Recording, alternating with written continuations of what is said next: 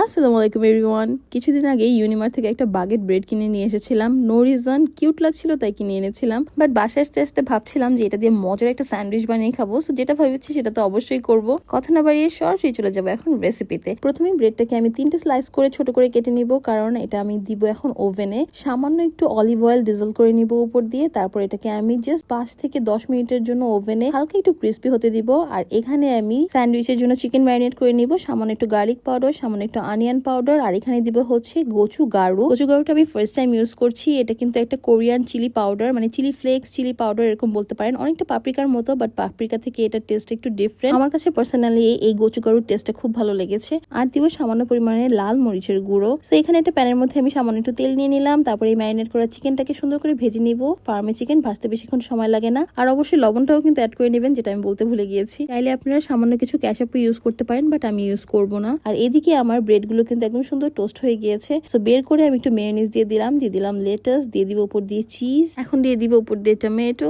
এগুলো হচ্ছে আমি আমার টেস্ট অনুযায়ী বানিয়ে থাকি। সো আপনারা যারা পেঁয়াজ টমেটো না খান তারা অ্যাভয়েডও করতে পারেন, নো ওয়ারিজ। আর এখন অ্যাড করবো বানিয়ে রাখা চিকেনটা। আমি অনেকটা পরিমাণে চিকেন দিব, যেহেতু বাসায় বানিয়ে খাচ্ছি, কিপটামির তো কোনো প্রশ্নই আসে না। আর এখন অ্যাড করবো উপর দিয়ে অনেকটা পরিমাণে মোজারেলা চিজ। আমি এর জন্যই বলি সবসময় যে বাসায় বানিয়ে খাওয়ার বেস্ট পার্ট হচ্ছে আপনি যত ইচ্ছা তত টপিং ইউজ করে খেতে পারেন। এখন জাস্ট ওভেনে 3 থেকে 5 মিনিটের জন্য একটু বেক করে নেব, যাতে চিজটা একদম মেল্ট হয়ে যায়। সো এই তো হয়ে গিয়েছে আমার একদম সিম্পল মজার baguette bread sandwich. I hope আপনাদের কাছে ভালো লেগেছে। So it's all for now, see in the next video. Bye, thanks for watching.